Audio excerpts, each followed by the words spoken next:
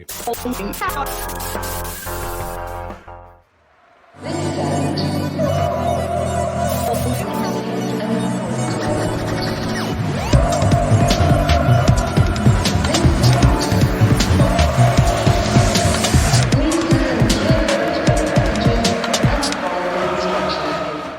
and welcome to the Blue Monday podcast covering Ipswich Town since 2015.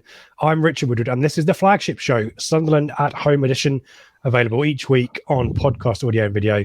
Joining me this week for an hour or so of irreverent but always informative Ipswich Town chat as we pack out Blue Monday, just as Portman Road was packed out on Saturday. In no particular order, David Diamond, Craig Fimbo and Seb Brown. Are you all going to be, I need a commitment right now, better behaved, I'm looking at you, Fimbo, in particular, better behaved than the group, the herding of cats I had to do for the Kieran McKenna live show? That was chaotic. Or do I need to start muting people? Are we all going to be on our best behaviour? Craig? Absolutely. Yes, Mr. Woodward. There you go. Good man. How are you, Craig? How are you guys? Well, he's looking upset now. You know what you did. I'm going to use the word chastised. Well, I have to. Don't know what it means, but I'm going to use it. It's a new era under a new manager, and I have to set the discipline early doors. Do you know what I mean? Are you doing all right? Yes, thank you very much. Yeah, all good. Unscathed as things stand, touch wood, from that COVID soup of yesterday. We'll see. Yeah. Can I just say, Rich, I think Seb looks like he's chewing. Oh, is he? Have you got something to share with the fine? class? I'll get a fine for that. Spit it out, Seb. Spit it out. Right, in my hand. No, don't. No one likes the grass, David Diamond, but how are you? Snitches get stitches. Tell us about that. So there is a 0204 away shirt, or is it 0304? Yeah, I dug it out the other day. Funny enough, I in the loft, getting the Christmas lights and general paraphernalia down. I thought, oh, here's a bag of shirts. Goodness me, forgot I had them. And that is, I played a couple of times in the back in the day when I had the fans games at Portman Road. So that was the shirt. Obviously, I was playing for the away team then. That was the shirt I had from, I think, the first game. Which I'll tell you exactly when it was, because I've got sort of a bit of a daft memory. It was the Monday after a very disappointing hammering by Wimbledon, I think, pretty much in the last game of the season. A bit of a 4-1, was it? Something like that? 5, I think. So, that was a long, as you said, 0204. So that must have been 2003, I reckon. A great fun. I mean, absolutely brilliant. When, like you said before, I had my bionic arm and dodgy knees and stuff like that. So it was, it was good to dig that one out. So I thought I'll put that one up. If you've got any other rarities in their bag, just keep it to yourself and DM me. Yeah, I know. I've shared. I have. I've shared that with you guys before. Yeah, I'm still finding them. I'm sort of dotted around up there, but yeah. And Seb, we caught up on Friday, and you were around, and we thought, well, you haven't been on the Flagship for a while, so pack out Blue Monday. How are you? It's nice, thanks. Yeah, I'm spending a rare weekend up in Chester, so nice to come back on the Flagship. But I'm very jealous because it looks very, very sunny where Craig and Dave are, whereas all I've got is like 1 degree and fog. So maybe I've made the wrong choice. Maybe I should be in Suffolk this weekend, eh? Craig's just got his suntan lights out, I think, isn't it? I'm in Essex, mate. You know damn well I've got my suntan lamp on. Look, he's going orange. He's going orange as we speak. Christmas Clementine. And I'm literally 2 miles away, probably from Rich. So Rich can, and my weather isn't any different here, unfortunately. Grim, foggy here. There's the weather. Let's deal with the news, shall we?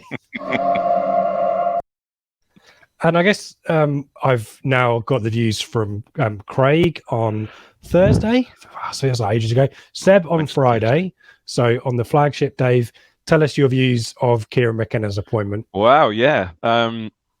I mean, news of it broke quite late in the day, so I think he was appointed Thursday. Well, he's appointed. Well, you guys were on air, for goodness sake. So how good is that? Thursday, so I think first whisper of it came through, I think, Wednesday. Was it? Maybe. I can't remember. I can't recall it being earlier than that. A gamble, for me, but you look at his coaching credentials, for goodness sake, they're pretty much second to none. I think retired early as a player, was a fairly decent player. I think he had Northern Ireland under 21, retire early, young as a player, went straight into coaching, I think, with Spurs. Did he overlap with Klug or not? I'm not sure. There's some talk he may have done. I'm not player. When he was a youth player, he was playing, okay. It was under John McDermott and Alex Inglethorpe. Oh, yeah, okay. Again, good names. Ended up at ended up at Man U, ultimately under Mourinho. I mean, so look, the guy's coaching credentials are second to none. As is his number two, who's come across as who's come over as well, who, say it quietly, obviously started with those up the road, and also starting his coaching career with them. I was reading a bit about him. He's had an interesting career, hasn't he? He spent time in a state sort of conditioning coach for, I think, New York Yankees for a time. Yeah, LA Lakers, like that. Miami Heat. So, look, an interesting appointment. I mean, personally, I thought, I didn't know which way it was going to go this time last week when certain managers were being talked, and we all said, hang on, is that really not too dissimilar to the outgoing manager? No names. And perhaps at that time I wanted a more, how can I put it, aggressive type, perhaps have a go for the last sort of half season and then see. But this is if not that, this is the best thing. It's a huge gamble. Yeah, it's a departure, but quite an exciting departure. I think if we were going to go down this route, his name came to the frame so late in the day. I think people were thinking, looking at the guy Barry from Chelsea, it would have been a very similar type appointment. But hopefully exciting times ahead under a sort of young and innovative coach. From what I've read, and I think what you guys mentioned on Thursday, the feedback you get from the players as work under him, that his coaching sessions are interesting and lively, and obviously not surprisingly innovative. So better coach players. So hopefully it can be transported onto the pitch. But a big job. It is a big job, yeah. Big job. But the one thing that's interesting to me, Seb, and I'll come to you on this specifically because I think Martin Pert started, at least, I don't know whether he concluded, an accounting degree at Loughborough University. You may or may not have walked past him in drinking Purple Nasty at your student union, maybe. I tried to avoid the sports science kind of areas. The losers. I kind of walk past on my way to the bar. It's interesting that far too fit. Definitely. Football has always been kind of closed off to non-football people. Even Kieran McKenna is a footballer who's gone straight into coaching, whereas Martin Pert's background is academic, and then it is fitness related. He's not got a playing career. I know he was at Norwich City's academy, wasn't he, before I get too far ahead of myself? He was. But it is interesting that more and more coaches now aren't necessarily lifers in the game. It just shows how it's changed, doesn't it? In the last few years, you need multiple strings to your bow. Some of the best managers weren't necessarily great players, and I guess we're now moving to an era where sports science, data, statistics, analysis is all going to come to the front, and there will be markets for guys that have never worked in football before. And you slagged off the University of Chester a few weeks ago. Presumably, you wouldn't slag off the University of Loughborough. Absolutely not. No, top 10 university. There you go. Good stuff. I don't know how to get from there to where I'm going to next, so I'm just going to do a very clunky. So the Kevin Beattie statue was unveiled yesterday. After a long wait, I think he was supposed to be unveiled at some point earlier in the year. Our greatest ever player, accepted as our greatest ever player, 222 apps, 24 goals, 9 caps for England, but a career cruelly cut short by injury, as we know. A man who made Ipswich his home and made Ipswich Town his club. A statue was unveiled on Saturday morning by his daughter Emma, with a great deal of ITFC alumni, past and present, in attendance, including Alan Hunter, Mick Mills, Russell Osman, John Walk, Jason Dizelle, Luke Chambers, Tommy Smith for more recent times, David Sheepshanks, Mike O'Leary, Mark Ashton, and Burke Bakai, Mark Detmer from the new owners. Craig, your thoughts on the statues outside Portman Road? I mean, is it good to mark our history, or are you one of these people that kind of thinks we need to think more about the present? Oh, I don't think there's anything wrong with it. You missed David Diamond from the ITFC. Oh, I was going to come to him. Don't worry. Oh, yeah. Don't worry. Yeah, no, I don't think there's any problem with it at all. As you say, the issue you may well have had is if you start putting up statues for everyone, it suddenly starts looking like ancient Rome. These statues lining the entire streets of Portman Road. But I think it's a very suitable. What's what I'm looking for? What's what I'm looking for? I don't know, suitable. Mate. No, I don't know. Fitting tribute. A fitting tribute. Thank you, David. A fitting tribute. Perfect. And nicely positioned as well. It's a decent little spot there as well on the corner for the the council have donated, etc., etc. So yeah, it's a good little corner. We've got Sir Bob's image on the corner of the stand, and Sir Ralph and Kevin Beattie in the other corner. And you've now got the option of meeting at Sir Ralph or at the Beat, haven't you? Which is, I think it'd be more appropriate to meet at the Beat, wouldn't it? Meet at the Beat for a beer, quick beer. I was going to say, if you're going to town for a beer, Dave, you, as Craig mentioned, you were there yesterday or Saturday. Your thoughts on the whole tribute and the event as well? Yeah, it was good. I mean, look, he's acknowledged as our greatest ever player. I think personally, yes, it should probably stop there now. And it was great. As you say, a lot of the old ex-players were there. It was about, 200 or 300 people down there. It was just quite nice atmosphere. His daughter did the unveiling, which was nice. And as you said, the ex-players all stood up and said a word about him. So yeah, it was just a nice thing. As you said, it's been delayed because of one thing and another, probably mostly the pandemic. But no, it was good to see it finally. Good to see it finally there, and as you said, a good tribute to undoubtedly our greatest ever player to date. And you I asked the question to Craig about history and marking history, because we get a lot of the very few things that Norwich City fans can point at us. We do wallow in our history, but that's because we have a history. And I'm kind of thinking of clubs of a similar stature, there won't be too many who've got 2 England managers outside the ground and an England international, one of the greatest players of that era outside their stadiums. Particularly, I'm trying to think, if I was building a statue outside Norwich, it would be Paul Lambert or Jeremy Goss. Do you know what I mean? I just wanted to, because a lot of the younger people watching, listening to this, would not have been around during those eras. Certainly, I don't think I was. I was probably born just after them. So it kind of reflects that this is a club which does have stature that in recent times has probably fallen below that, isn't it? Yeah, it's good to remind you. Can't appreciate this is where you should be. Growing up, very privileged. Obviously, I'd want my younger years back, but growing up in that era was just. It's the thing. I've spoken to so many friends since then, and schoolmates and stuff. We used to follow town up and down the country at times, and you just took it for granted. You did that era, mid 70s to early 80s. You just did, and. Yeah, it's tough to explain to people now because of the lack of social media, then the lack of TV exposure, for goodness sake.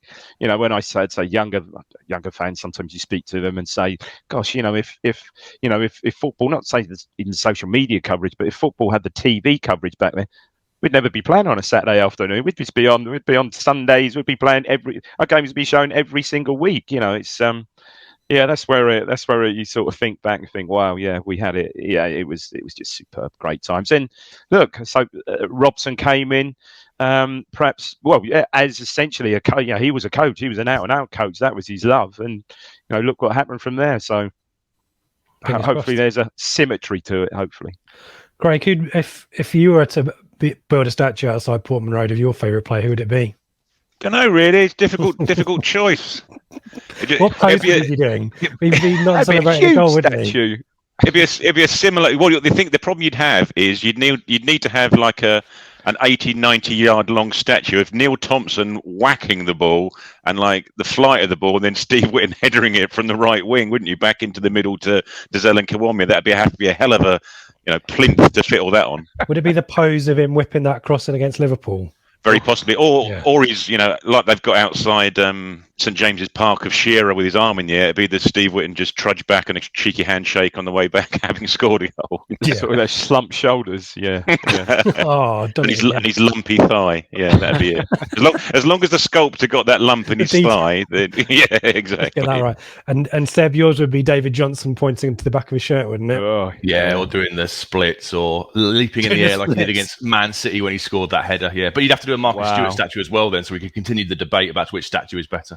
Yeah. Well, the Marcus Stewart one would be Marcus Stewart pose. What would that? I think it would be. It's got to be taking it round a goalkeeper. Taking it around a goal. It would be. Yeah, you'd need Paul Gerrard on the floor. Yeah. And or Sander Westerveld on the floor and Stewart and Carragher going like that. That would be Paul Gerrard, Sander Westerveld, Jääskeläinen, any of them really. Keep going. Oh, the Jääskeläinen. That's the good one. Yeah. There you go. Let in the comments. Let us know your Ipswich Town statue of choice from your time watching the club. what they would be doing. And there you go. I've gone very Partridge there. I'm going to move us on to some actual football, guys. And in front of a bumper crowd, 29,005, albeit maybe some pockets of seats for obvious reasons. A lot of change, guys. We obviously saw second half a change in formation. We've got plenty of questions on that, so we won't drill too much into that. But quite a lot of changes of personnel. Some not surprising, some surprising. Let me talk you through them, and then we'll get some opinions. Wolfenden came in for, I guess, notionally for Burgess. Edmondson shifted to the left of that back three, as it was, with Danasin over on the right. Penny in at left wing back. A big surprise. We thought he was injured, but Jesus returned just in front of before his birthday. As Wes Burns took up position on the right wing.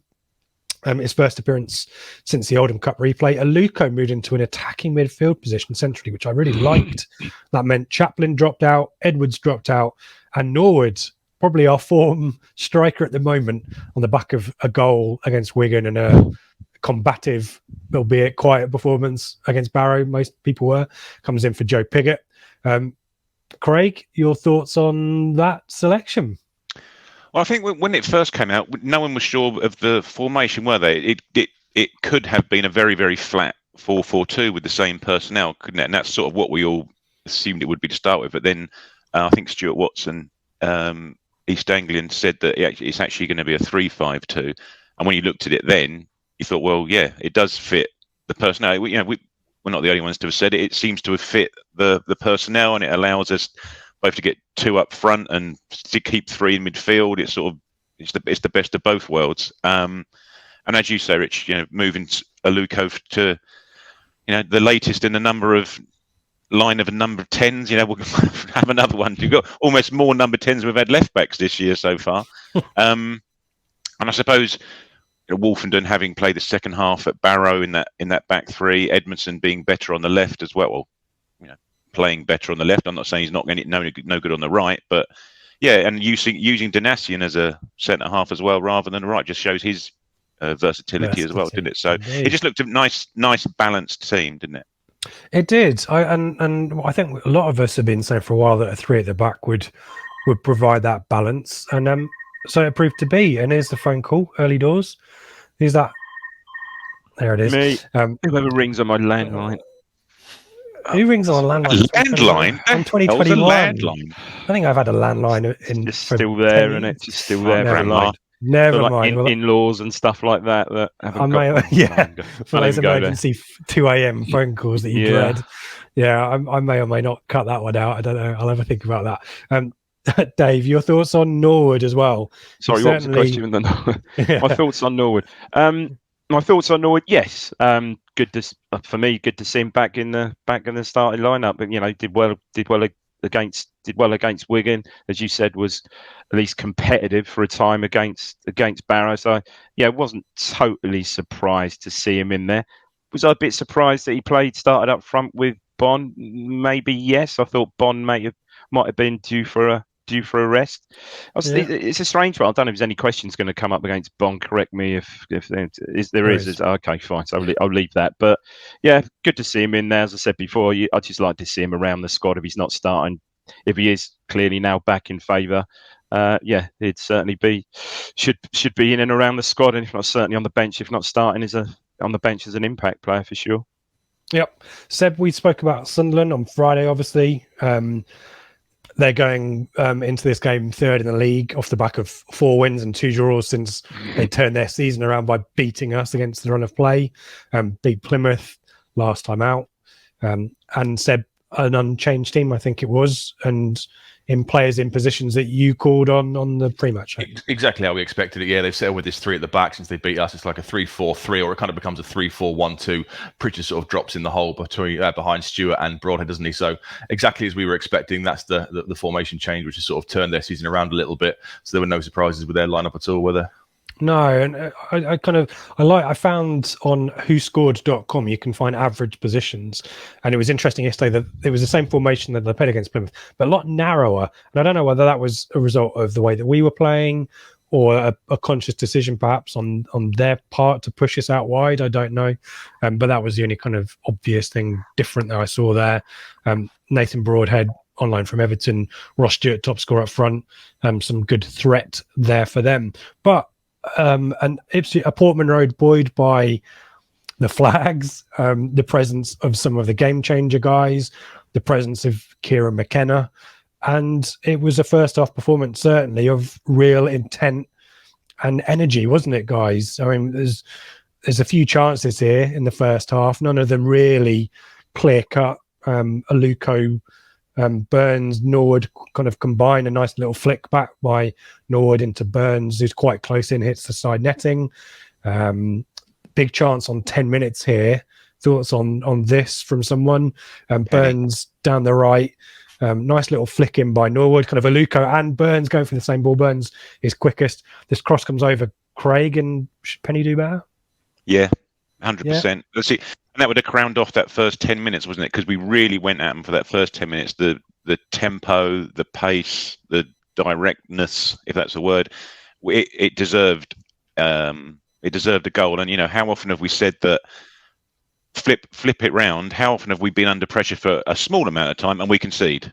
It always seems to end up in a goal, whereas conversely, it doesn't seem to do it for us. We could be pounding at a door for 45 plus 1 minutes and may score at the end of it. But yeah, Burns started off fantastically, didn't he? Certainly that first 10 minutes, 50 minutes in front of Dave and I, he was just every time they were getting the ball, and even Edmondson was trying to ping it over to the right wing to get him on the ball. They were just feeding him, and he had Gooch on toast in that first half. He was just knocking it past him at will. And to be fair to him, what you do sometimes, a criticism of Burns is that he'll get a bit, he'll lose his head a bit when he gets to cross the ball. But he seemed to be picking out men with the ball, whether it be a floated up ball to the far post or a cut back along the floor, whatever it happened to be. He just seemed to be on it from the very start. And then, say in this instance, he hung up to the far post, and Burns, his fellow wing back from the other side, Penny, Penny, exactly what you want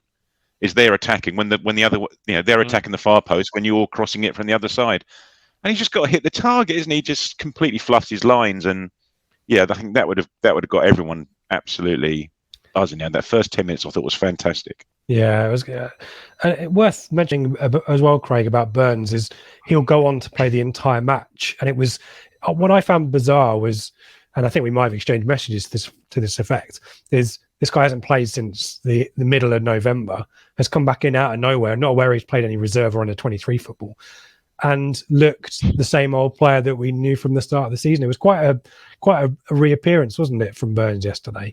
Did that surprise Resurrection, you mate, just to take on your theme one step, a few months further. Were you surprised that he wasn't one of the subs in the second half? Yeah, I suppose. Yeah, but he played there for Fleetwood, didn't he? That was his position for Fleetwood, wasn't it? I think right wing back. So it's not alien to him. But no, as you say, monumental in terms of fitness. But McGreal said afterwards, didn't he, that he was gagging to play last week. So I don't think it was as if he was a million miles off last week. So another week or so getting fit, match fit, and etc. Yeah, he was fantastic yesterday, and it goes to show what we've missed, and potentially goes to show what Paul Cook missed, doesn't it? True. Yeah. Well, more on that later. I'm kind of changing the order a little bit here. So, Dave, I'm going to come to you for the goal in a minute. So be prepared for that. Seb, though, I want to ask you about this. I don't know whether it's just a consequence of the lineup or a consequence of the instructions or a consequence of the adrenaline that's flowing because of the atmosphere. I'd argue this is probably our most combative performance of the season so far. Certainly a game for Morsey, who was doing really well against his opposite number. Was it? Pritchard. Pritchard and Neil. You've got Neil, yeah. Pritchard, the one he kept clattering into. Evans was busy. He clashes with Diaku. I think it's Diaku on 37 who stays down and is taken off. But you've got Bon and Norwood as well. So do you think that was a coincidence, or was that maybe planned by McGreal? Well, I guess with Bon and Nord up front, the centre backs playing against them are never going to get a minute's peace, are they? They're constantly going to be there. The ball's going to stick with them. They're going to be putting themselves about, and the whole team just seems so up for it. It's such a contrast to what we saw at Charlton, where there was no fight, no passion. We saw all that yesterday certainly for the first 45 minutes without question, and it was great to see, wasn't it? We had Evans and Morsey breaking things up. Pritchard, like Craig just said, didn't get a kick, and I think, did you put in the WhatsApp group, he kept whinging every time he was tackled by Morsey to the ref, and the Sunderland bench were in the fourth official's ears and stuff. And it's what you want to see. You want to make Portman Road a horrible place for other teams to come. We're so nice and we're so easy normally to play against, and you want to make that a bit of a cauldron. So the atmosphere factor was built into it. The players seemed really, really up for it. I guess you've got the new manager in the stand watching on. You've got the atmosphere kicking in, and it was just great to see. And hopefully we'll get to see more of it now with the new guy. Some stats for you. Against Sunderland, duels won, 61 for Ipswich, 47 for Sunderland. Against Charlton, 48 duels won. Charlton won 56. Aerials about the same. Tackles, though, twice as many tackles yesterday as Charlton, which I guess wouldn't be a surprise. Only 11 tackles made against Charlton, 22 tackles made yesterday. That kind of illustrates the point, doesn't it? Honestly, Morsey yesterday was a nasty little sod. He was everywhere, and he was kicking Pritchard fairly and unfairly, and Pritchard was bitching and moaning. He wasn't moaning to the referee; he was turning to Lee Johnson and moaning at him as if Lee Johnson can do anything about it. And even when Sunderland were breaking the ball, yeah, exactly that. Yeah, Dad, he keeps kicking me.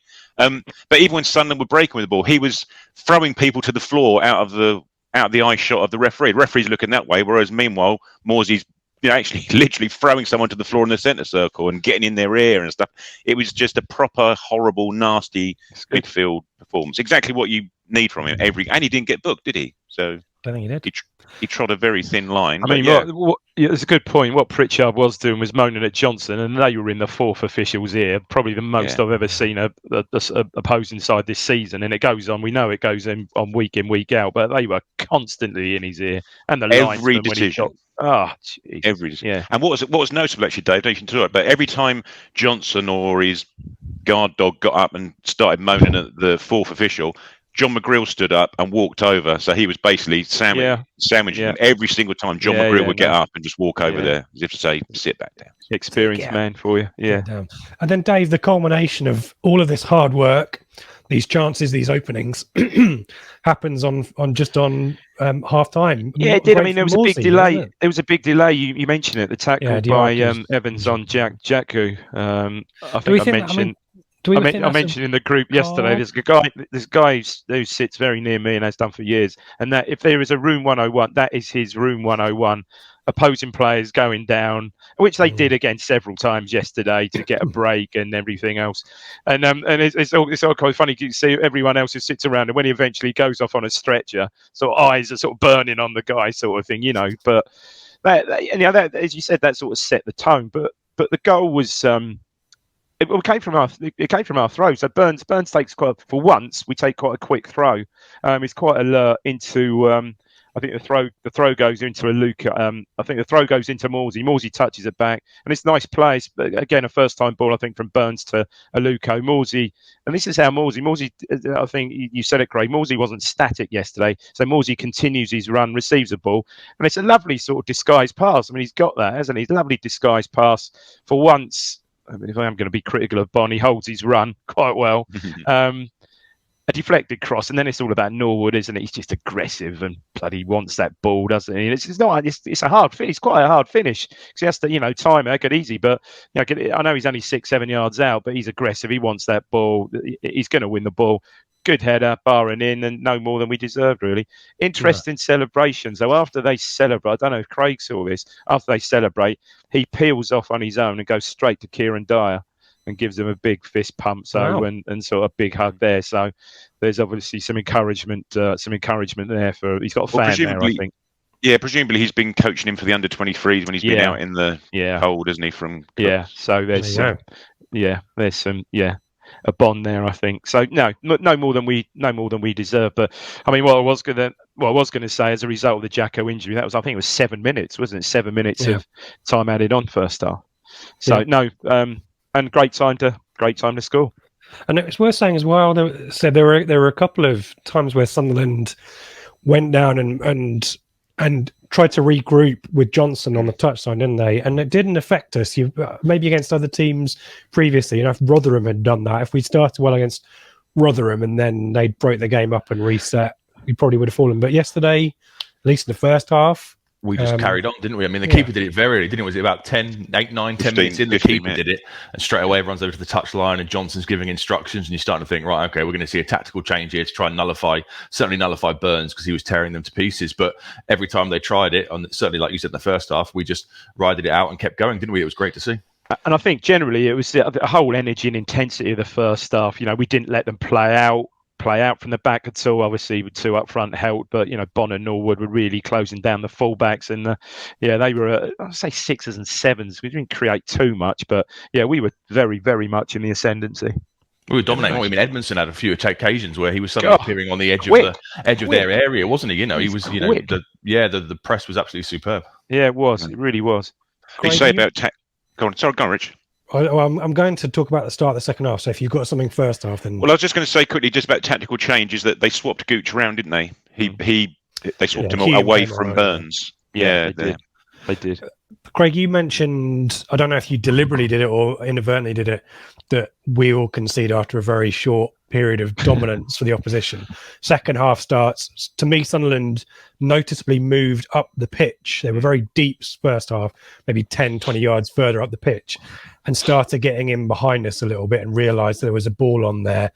And actually, the goal comes very shortly after the restart. And it's a really, I mean, yeah, your thoughts on whether this is, I'm fearing a David Diamond kind of answer to this one, but whether it's a nice move by Sunderland or whether we're just a little bit flat-footed. Certainly Evans doesn't do well with Neil for the ball that goes in. Evans started off in the first five or so minutes of the second half. He misplaced a couple of passes, didn't he? He seemed to be like regressing back to safe Evans, if you like. I think it was, we'd sort of broken down we had a long ball which they sort of mopped up down the left back area or left wing back area and fed it through to their midfield, and they knock it past Morsey, then as you say, knock it past Evans. So both our central midfielders could have probably taken off the team and pulled someone back or got a thigh in the way and stopped someone from coming past them. But they knock it past both our central midfielders, and all of a sudden there's a space between Edmondson and Penny, not for the first time, but it happens pretty soon afterwards, doesn't it, as well? Which is slipped through, and as you say, Broadhead slides it down the side of Walton pretty comfortably, really. Exactly what you don't want. We all know what the halftime talk would have been.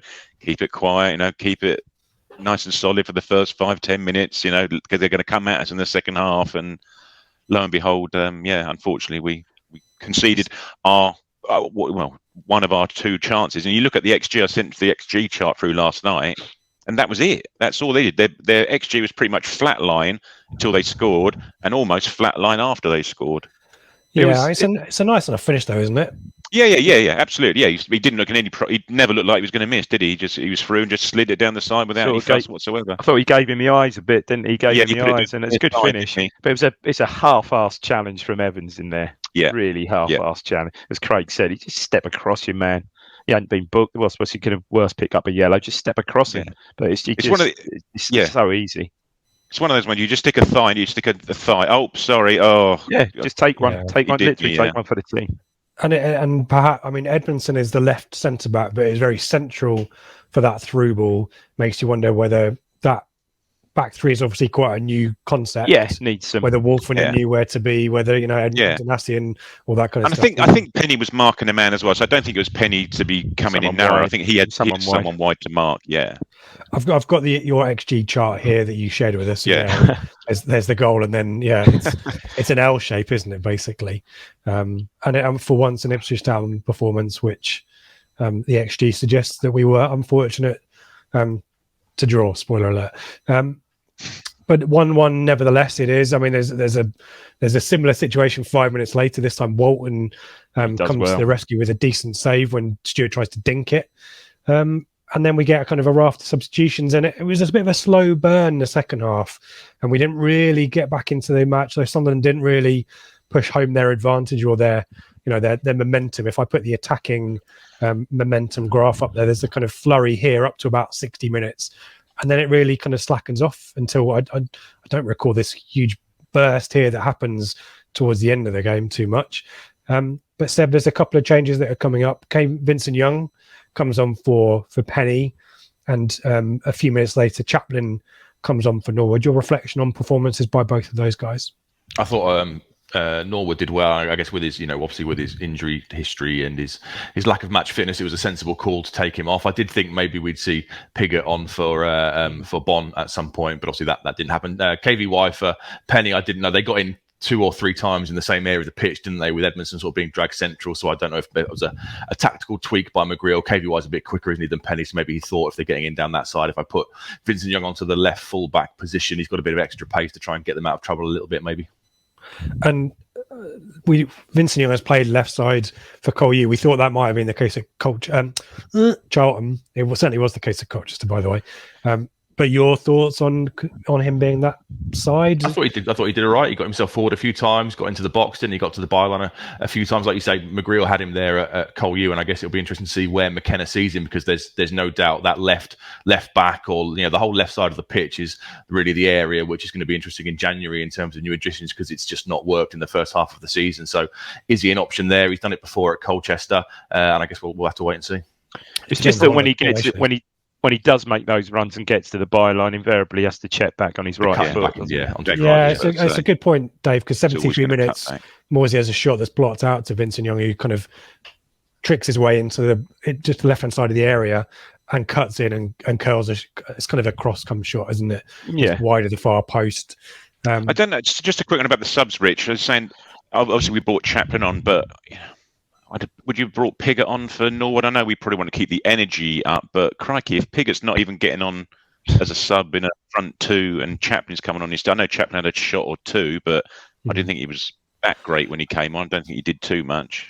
See, I kind of put Chaplin in my Venn diagram of summer signings, a similar situation to Fraser, in that both have made telling contributions to matches which, aren't consistent. They're not 7 or 8 out of 10 every week, are they? I know Fraser is probably, in some people's eyes, is less than that most weeks. I just wonder what Chapman's best position is in this 3-5-2, because he's not going to play up front. Aluko seems to have made that position and the kind of number 10 or the attacking midfield spot his own after that performance yesterday. Fraser could play there. We've got a question about that too. Where do you play Chaplin if he's not going to be a wing back? Because you can play Burns there now. We know that now. Admittedly, probably need a better option, as Seb was saying, at the left. But where do you put Chaplin if this is the system now? The only place is the Aluko role, surely, isn't it? The slightly advanced of the 3 central midfielders. But like you say, then you've got Selena, you've got Fraser, you've got Aluko did brilliantly there yesterday. So that's the only place all these players can fit in that kind of formation, isn't it? Or like you did yesterday, you play him as a sort of second striker, just dropped off a little bit off of the proper centre forward, if you like. So you've got a pseudo attacking midfield, a shadow striker, what you want to call it, your FM terminology. Yeah. So I didn't think it really worked. Just I would like to have seen Piggott come on and play again with a proper two up the top and see what happened. Dave, there's a run of Sunderland corners. We talked about in the pre-match show. They score and we know they score from corners. Are you starting to get heart and mouth at this moment that we might throw? Yeah, you always do. But I think we defended them really well, didn't we? I can't really recall them getting ahead on any of them. Did they? I think Walton may have come for 1 or 2. I think we just defended them well. For once, I did notice yesterday we were leaving Aluko up. Well, certainly once or twice we did, and we weren't bringing all 10 men back, which is again a bit of a bugbear of mine. So that was quite good. But yeah, I thought we dealt with them comfortably. I mean, after they scored, obviously the Stewart chance. Really create anything, did they? Really? No, we looked more likely. We just needed a break, I guess. But yeah, well, again, we had a flurry of corners, but again, we didn't. Similar situation. They sort of dealt with them well, didn't they? And as you mentioned, a few speculative efforts for Chaplin and Aluko, I think, towards the end. Yeah, Chaplin was a little bit. Yeah, there was one. Someone had an effort. Craig would have a good view of that, and it looked like it was going in. And was it Luca? Maybe Luca had an effort, and just the head came out of nowhere. Yeah. I think that was the Luca who had the shot. I can't remember, but we didn't really. You didn't say we missed clear-cut chances. There weren't that many chances created, really, was there? Yeah, and this is where I was going to go, Dave. So it ends 1-1. An improved performance certainly, and we'll talk about John McGreal and his performance over these few matches that he's had as interim manager. But kind of, for me, this sums up the situation we are in, and the work that McKenna's got to do is, despite that dominance, despite putting in a very combative performance, is that word? There are not clear-cut chances being made. There are no. I've got the stats for you here. If you just very quickly, so total shots 16, shots on target 2, big chances 2. Including the goal, obviously. But in terms of those clear-cut chances, the saves for the keeper, it was the same old, wasn't it, yesterday? It's a strange one because you look at Bon, and Bon hasn't scored for 8 games now, but would you say he's missed chances? No. Crew, maybe, but yeah. Well, yeah, okay, maybe Crew, maybe. Was it the header he had? Was that against Fleetwood? I don't know, he had a header sort of fairly point blank. But other than that, I haven't seen him have a chance. No. I really haven't. And I don't think it's down to his lack of movement or anything like that. There's just been no creativity there for him. Okay, that kind of shows how much we've missed Burns, doesn't it? I think. Yeah, exactly. Absolutely. Yeah, go on. Tell us about that then, Seb, because he did make the difference, didn't he, Burns? Yeah. Well, we saw yesterday, in that first half, the pace he's got, he can move the ball so quickly up the pitch for us and turn, on counter-attacks. He's absolutely superb. And he had that little run with Bon going at the start of the season, didn't he, where, the low ball would come in and Bon would peel away to the back post. So a bit of an understanding there, and we've missed him awfully in the last few weeks, haven't we? Yeah. But what it allows us, Surridge, is if you've got Burns on the pitch and you've got 2 up front, you just play, by definition, you play further up the pitch, don't you? You're getting further up the pitch, and as you say, Rich, sorry, Dave, and if you say, Rich, if we can get someone of a similar ilk on the left-hand side. No, we don't know what formation McKenna's going to play, but it's going to allow you both sides to get further up the pitch. That's where I think Coulson's been a massive miss as well, hasn't he? He looked like he had that. He really did. He looked like I think Penny didn't when Penny came in at the start of the season. I didn't think he started the season too badly, but then when you saw Coulson, especially going forward, you think, oh yeah, here's a definite upgrade here. And again, we haven't had him either. And again, that's gone quite. Who knows? He might suddenly turn up and start against Gillingham. 90 minutes. Yeah. Another Lazarus-like performance. But it's but as you say, Seb's quite right. Burns is just critical to us, really. And it's Craig, 2 points against teams in the top 6 for a side without a manager. Clearly, a little bit dysfunctional.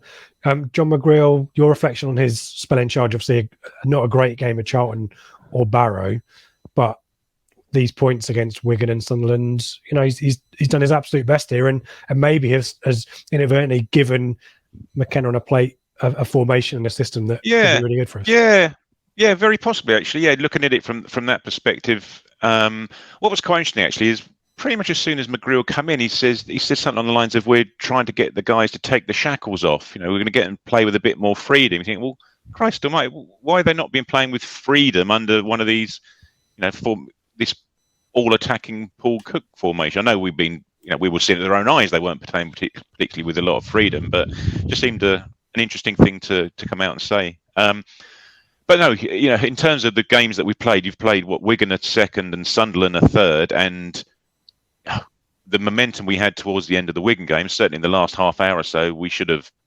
have arguably won that one. And yesterday, we should have arguably won that one. So, in terms of the teams that are in the top 6 or 7 you've got there at the moment, it's only really what Rotherham, you could say, well, can't argue Rotherham completely outplayed us, but Wigan, no. Sunderland, no. Wycombe, no. Plymouth, no. Seb was at the first Sunderland game. You saw that as well. And frankly, they've nicked 5 points off us, really, haven't they? Yeah, I mean, we were more dominant. We were probably more dominant, or say more dominant. We created better chances in the first game, didn't we? Yeah, I mean, it's strange, isn't it? We've now played no real disrespect to Sunderland, but my God, they nicked that one, and we probably should have edged it yesterday. So there's 5 points straight away. Our games against Sunderland, it's the 6th time, isn't it, we've played them in League One, and I think every single time it's the same. They are nothing special. Somehow they either score and we fold, or they score against the run of play, etc., and get a point. And I've not been impressed with them any single time I've seen them in League One. My boy said they're up there. My boy said that game yesterday virtually mirrored that game at the start of the season a couple of seasons ago. We absolutely battered them, didn't we? First half, and then. Remember, I think Chambers got mugged in the corner, didn't he? Trying to let it go out for a corner. Was it Gooch or Honeyman scored? Gooch may have scored that day. I can't remember. And they absolutely mugged for a win that day as well. So, yeah, we're due something against. I'm not saying we were unlucky yesterday because we weren't, but yeah, on our first half dominance again, and probably overall, yeah, we probably deserve to win. You just need more than a goal. We know we're not going to keep a clean sheet. After that first half, we just needed to be 2-0 up, and I said during the week, I've got some mates who are Sunderland fans, and they were there yesterday, and I got a text from them at half-time saying that we can't play as badly second half. Well, no, they probably didn't, but we just needed to be 2-0 up at least after the first half. And you just know what the Sunderland fans are like. And I've got a direct view. I look at them, from my seat, and they were moaning. There'll be misplaced passes in the first half. They really quiet. Yeah, they were quiet. They were quiet, and you could see them shouting and moaning at the players. As soon as they score a goal, we'll sing your hearts out for the nation. You, God, two-faced. Yeah, exactly. And the same as a Stadium of Light, isn't it? You play at the Stadium of Light, and Seb, you were there. They were quiet as a mouse. They were moaning at Johnson. They were calling them all the names under the sun. 2-0. That was a result, probably. I mean, again, how many times we said that? You play Ipswich, you get a result, and off you go on a run. But if that result would have gone wrong for Johnson, which it should have done, Seb, that day, he'd have been gone, wouldn't he? On the Monday morning, he'd have been sacked. Surely they were up. They were booing and stuff. They weren't happy at all. And then when they scored the goal, Christ, they celebrated like they won the Champions League. They were running down to the front and stuff. And they were. Yeah, Johnson. Whereas we're nothing like that. No, we are always the same, even keel. We don't get too up, too down. Corinthian fans were, mate. Yeah. Right. And we turn up in big numbers every single week. Doesn't need a pack out Portman Road promotion. Anyway, stop with the sarcasm. Let's do some plug very quickly. Blue Monday, ITFC.co.uk is where you can find all of the information, all of our feeds for our podcast, for YouTube, all of our Instagram, Facebook, Twitters. If you want to support the channel via donations, we've had a lot of those over the last few weeks. Thank you to everyone who's done that. We love what we do. We're always going to put it out there free of charge, but it obviously helps us buy lights. No, it doesn't. I'm not using it for lights. But we really appreciate that. Thank you for everyone for that. We've got some bits and pieces that we're working on as well that we'll reveal probably in the new year. So it just helps us do more of that kind of stuff. So thank you for that. We don't really know the situation with shows next week. Obviously, matches. Sounds like Gillingham are hopeful about Boxing Day, so we keep our fingers crossed. We will be putting shows out during Christmas and New Year. We just haven't really decided when. So keep a lookout on Blue Monday, ITFC.co.uk. We've got the running order for the week on there, and look out on our socials. We'll be putting details out there. So we'll have some Christmas surprises for you, I'm sure, Christmas presents for you in the form of podcasts over those few weeks, but obviously it's downtime for us too, so keep an eye out that way. Guys, let's do some Twitter questions, shall we? And I have no idea how I'm going to do this equitably, so if you feel like you haven't said something for a while, put your hand up. We'll go back to the kind of school mentality of doing it. Sir, can I answer a question? So let's head back to it. I've got two questions I want to merge together. Will Airy, which player will see the biggest change in minutes played under the new manager? And Mark Beck, hello chaps, Merry Christmas and happy and healthy New Year to you all. With J Mac handing over to K Mac from Monday, who would you like to see rejuvenated, reintroduced or repurposed within the squad? Barry and Harper out from the cold, ? Fraser to play in his number 8. I'll get a name from each of you, one name if I can, a player that you think or hope will be rejuvenated or repurposed or reused, to use Mark's words, under Kieran McKenna. We'll start with Seb. Wolfenden. Okay. Started to play his way back into the team already. Yeah, I'll give you another one.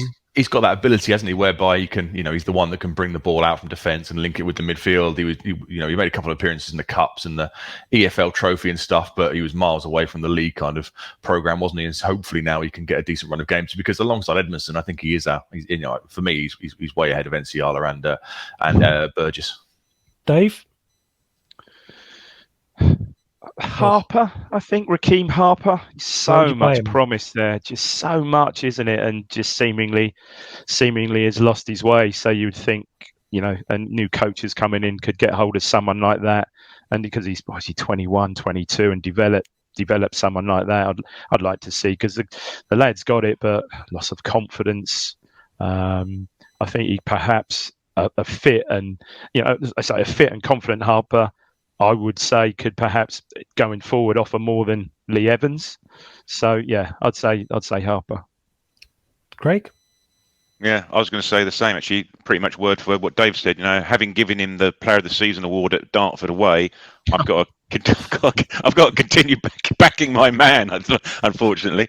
No, exactly that.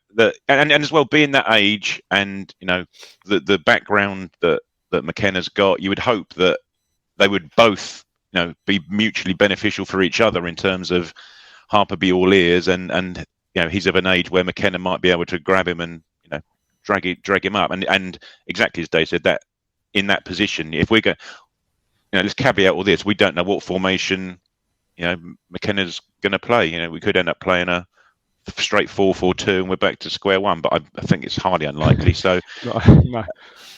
But by the same token, where's Kyle Edwards going to fit into all this? That would have been my other. Yeah. Do you think Edwards could fit in? Do you think he could be coached into a left wing back role? He's not bad defensively, and he's got an engine getting up and down. Could he maybe provide what Burns does on the right, if they can coach any product into him? Oh my goodness me! I mean, against the lesser team in the division, possibly that's a interesting shout. If he's going to play three at the back, I guess if he goes back to 4-2-3-1, 2-footed as well. Excited. He's not scared to use his left foot either. So yeah, wow. More end product maybe. Speaking of someone who's got a question mark over them about whether they are going to be featured under Kieran McKenna's leadership, from Mullet, watch your lads. Does Norwood provide a conundrum for fans? Hard to deny his opportunism, but hard to love his off-field stuff. Can we expect more as a player in terms of contribution and conditioning, and still be happy to see him put them away? Yours conflicted of the North. Anyone want to talk about Norwood and the kind of the pros and cons that you get with him, and whether he's got a role to play in this team? I'll pick on Craig. Well, you can't deny that he has got a role to play, because he's scored a goal in each of the 2 league appearances, or one and a half league appearances that he's had in the last week or so, hasn't he? And he just creates chaos, doesn't he, wherever he is, both on and off the pitch, arguably. But I know there was a conversation that went on, and GB come in about saying a fully fit Norwood, blah blah. That's the issue, isn't it? It's a fully fit Norwood. How long is he going to remain fully fit? And you can therefore rely on him to be playing again and again and again. Although to say that, he's played 3 games or been involved in 3 games this week, hasn't he? So let's hope that he's put those bits and pieces behind him. He can only be a benefit to us.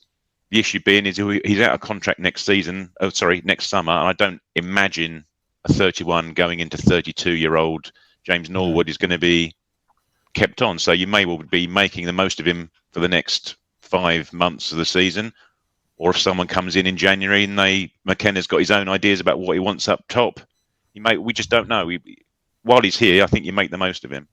Dave, let me chip in this question from Dave Gort. Norwood and Bond really are horrible to play against if you're a centre-back, aren't you? Your thoughts on that partnership, from yesterday? Oh, Craig or Seb, I can't remember who said it earlier on, exactly the same. They're in, they just don't give the defenders, they're both quite mobile, aren't they? They just don't give the defenders a moment's peace. Personally, I always think if you are going to play 2-man, cool, I know, old dinosaur, but I do like to see big man, slightly smaller man. So I would have in a 2.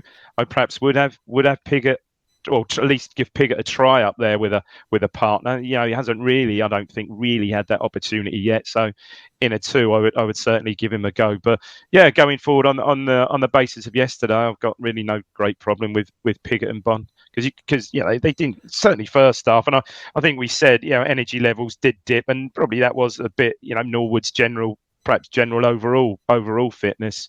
They just didn't let them play out from the back. They were strong. They were, use that word again, combative. But I would maybe like to see Piggott given a chance there. Okay. We've got questions about the 3-5-2. Let me see what I can do about this. Let's start with Chris Rand. 3-5-2. So much better to have 3 midfielders working together on the halfway line instead of 2 of them shackled to the front of our penalty area. Going forward, they still have 4 in front of them, just like they do with 4-2-3-1. So it's win-win. Will McKenna agree, Seb? Yes, I do. Yeah, we noticed we played further up the pitch. Obviously, Morsey got what is it? The kids call it the pre-assist. Is that what it's called these days? Yeah. The through ball through from Bond's cross and stuff. Kids, so I call it that. I'm not a kid. You are, according to your photo and the pre-match show, mate. Yeah, no, I think it's a decent. It's great to have the 3 in midfield, and I guess if you want to get Fraser back in the side, then a 3 there is definitely the way to do that as well. But I thought Aluka did great yesterday. And Alex Hare asked some hard choices to make in January. We've kind of already talked about this. If 3-5-2 is working better for the players we have, is it good by Selena? Well, again, he's one that could play in that Aluko role, isn't he? If we're going to play a 1 behind, if it's going to be a 3-4-1-2 with somebody behind the front 2, Selena can play that role. But then obviously you've got Chaplin. Aluko did really well yesterday. It's an embarrassment of riches for the new guy. But if he is going to play that system, that's probably the only place Selena could do it, really, unless like Chaplin, you put him up top and he's like a buzz around the central striker. Craig. I knew you were going to come in, Craig. I've got another question for you on the similar matter. Don't worry. And you're on strike 1 for that comment as well, by the way. Oliver, after all the number 10s we have assembled, did Luca make a more impressive contribution than any of them yesterday? He's the most improved player. I don't think he's improved. I think he's the most surprising player based on possibly some preconceptions we all had. That's my addition, not Olimar's. And he continues to impress equally with 2 in front. And behind. Would this now get the most from Fraser, Craig? Well, in terms of Luca, we just need somebody to play that role consistently well for a number of matches, don't we? That's what we need. We just need to start having, guaranteed players playing in certain positions for a longer period of time. Because, as you said, they've all had flashes of doing well in that position and flashes within games of doing well in that position. We just need someone that's nailed on, that's going to be that position. Like we said about the goalkeeper in the past, hopefully for the next couple of weeks anyway, we've got settled. But yes, Aluka did absolutely fantastic yesterday. He just needs to do it again at Gillingham on Boxing Day, doesn't he? And then needs to do it again midweek against Wickham, etc., etc. Just a quick one before going to Fraser. In terms of Selena, that would be interesting actually, because I don't know what the agreement is in terms of the loan, whether he is able to go back in January or how much of his wages we're paying towards him being here, etc., etc. It always seemed like a bit of a glamour signing, if you like. If McKenna doesn't think he's going to get much use out of him in terms of the amount we're paying for him, I wonder if he's allowed to, whether they will send him back in January. We don't know, because we're just overloaded, as we all know, in that position. In terms of Fraser, possibly. Yes, I know, Rich. Yeah, I know you like him, and there's no reason to think he can't, but he hasn't shown it at all so far. I don't know. He'll be down the picking order in terms of the next one in line should Aluko tail off, I'd have thought. And it'll be, obviously we'll see what happens against Gillingham, but this system and this team kind of feels like it's their positions to lose now. That's the mentality that notionally Paul Lambert tried to impose, but you'd be unless there's fitness issues, you'd be hard pushed to make massive changes against Gillingham, would you? I mean, McKenna's not going to suddenly shift us to, I don't know, a totally different formation, is he? He's probably going to try and have some continuity, Dave. You'd think like for like. I mean, I was going to say, just going forward, which is interesting, as a result of our debacle in the week, we've got a 2-week gap, so it's going to be plenty of time to get the players out on the training pitch. So after the Lincoln game, we're not playing again till Bolton away on the 15th. So he's going to have a lot of time to work with the players, which is a good thing. Just whistle through the last few. Was someone making a point there? I can't see. No, just that's a really good point. That maybe we're just thinking ahead. John McGreal lose away at Barrett, gives a new guy 2 weeks in January to get his ideas across. He's a genius. He's a genius. Paul Westlake. I like to Paul. Aluka outstanding for me. Morsey showing real grit too. Not trying to be controversial, but I like to see Piggott. There you go, Piggott and Norris, or Chaplin and Norris. One needs a rest. I think we've talked about giving one maybe a rest there. What else have we got? Adam Vajani. I thought we were decent, if unspectacular today. Looks like a system for us, if I'm honest. Round pegs in round holes. His worry is the new coach might go back to that one up front. Does it feel like we've now established the case, just very quickly, yes or no's, for 2 up front with this team, at least with this squad, whether McKenna's got a favourite tactical system or not? It does feel like this team lends itself very much. We've said 3 at the back, but 2 up front. Yes, no's, Seth? In this league, yeah, definitely. Yeah, Dave? Yes, in the end, Craig? yeah, League One, yeah. There we go. Yeah. Make it so, Kieran. What else have we got? Shouldn't be clicking around. FPL Tractor, my boy, said if they keep trying that hard, they'll do well, won't they? Was I right to say yes? If they do, Dave, is this a flash in the pan type performance given all of the off-field stuff, or are you hopeful this is now the level? Oh, it's a base, isn't it? It's disappointing that we didn't get the win, which we all said we probably deserved, but it's a base to work from, and I think finally, seemingly, it was the best. It was the best performance from a number 10, which we've all said is a bit of a critical role, a key role in the side. Aluko certainly put in the best performance of a number 10 I've seen this season. So certainly something to build on, I would hope. But that's exactly right, isn't it? And I know it's Dave says about being a dinosaur about this sort of thing, but it is pretty simple. You just need to be up for it. If you're up for it, it just filters through the team, doesn't it? From Bond through to Morsey, just through to Edmondson, just need to be up for it, which they weren't at Charlton, which they certainly weren't at Barrow. Just, for some reason, it just seems to be one week to the next. There's a one Rotherham are the best example of that. They really are. They absolutely their intensity over 90 minutes was just phenomenal. And game on game, not just within the match. We see it yesterday again. Yeah.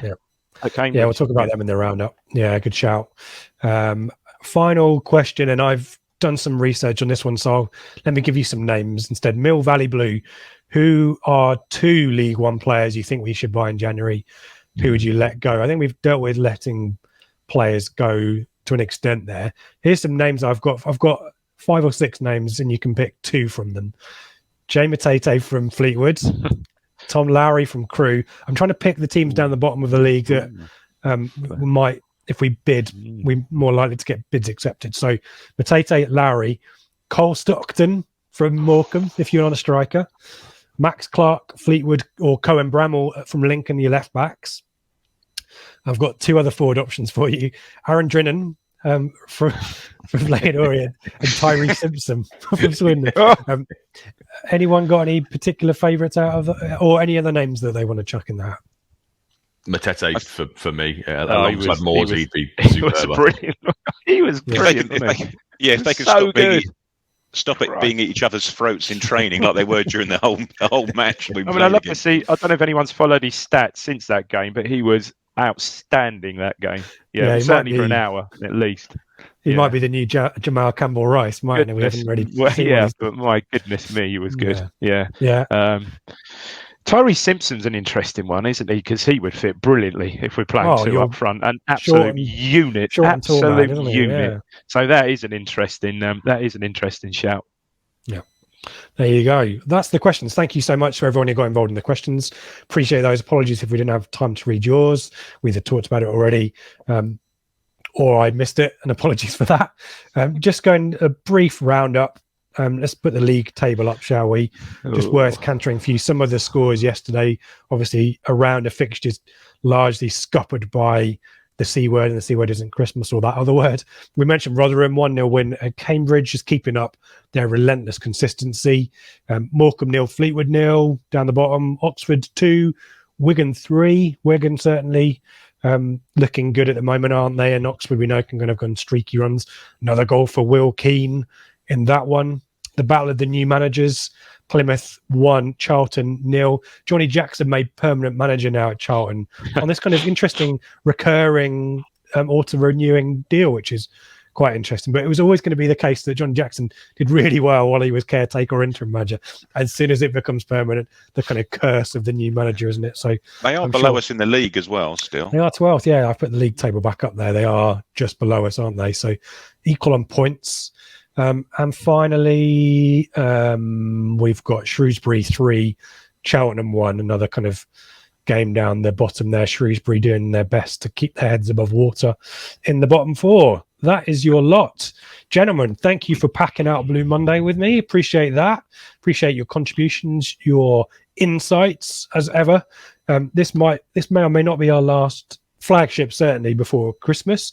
So I will allow each of you to say farewell and also pass on your Christmas wishes if in case you don't feature before Christmas, and then we'll say goodbye. Let's go, Seb.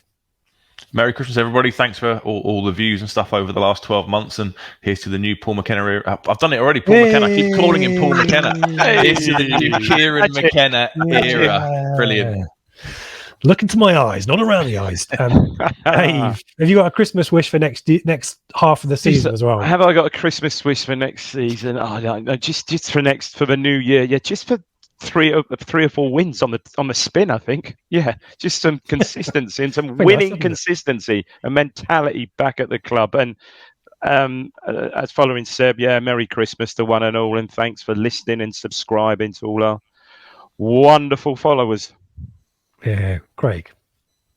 Yeah, exactly the same. Echo the guys. Merry Christmas, everyone. Have a great time with your friends and family, and hopefully we can enjoy the football if we're allowed to over Christmas. Christ knows what it will look like. And exactly. And any Seinfeld fans, it's Festivus on the 23rd of December. Put it in your diaries, everyone. Yeah, isn't it? I'll echo the same sentiments from the guys. Thank you, everyone who's subscribed or followed us. We've got we've crossed a lot of milestones in the last few weeks. We've got over 4,000 followers on Twitter, if that's how you measure success. We've got over 2,000 subscribers on YouTube. Always welcome more. Give us a thumbs up, give us a subscribe, all that kind of stuff. But great levels of engagement on our live shows. Thank you, everyone who's contributed, interacted, given a question, and got involved in that, because we do this stuff for you guys. We would be chatting anyway about football. It's great that folk get involved in that. And along with the guys, I wish everyone a Merry Christmas, a safe Christmas, a relaxing one, hopefully, and hopefully some football for us to be talking about in the next few weeks. We'll be here to talk through all of it, and we'll be back in the new year as well. So look after yourselves and stay safe, and we'll see you soon.